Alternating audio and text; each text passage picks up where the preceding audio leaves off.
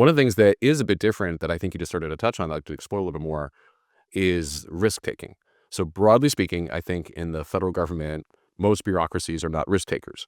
The work of the Department of War is risky, and yet I think the day to day is all about risk reduction, reduction to force, reduction of risk to mission, risk to force. People live and budget in those areas. Then you go to some places like the gaming industry. So you were at Twitch for a few years. I think you were at Facebook, Meta as well for a bit. Those are organizations that are famously anti-risk. Move fast and break things, I think, was the corporate mantra, right?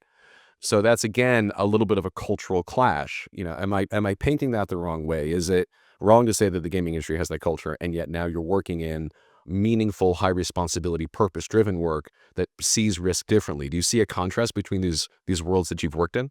There is, but you know what's really interesting is that the location of it's different, right? Like I think if you squint at it, they look incredibly different. If you think about the Facebook production engineering team, like they take their job absolutely as seriously and as professionally as anybody in the military does, right? Like the people who are keep making sure that the servers are up, they're running, you don't have outages, right? Like I mean that is absolutely in the same tier of risk reduction that you see in some of the government, right?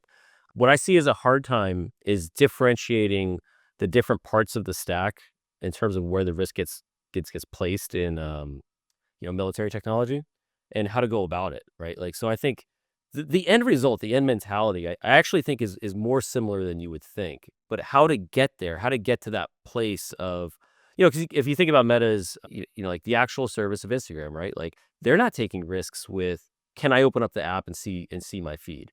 Like that's the same level of risk reduction that you have in, is my, machine gun gonna fire?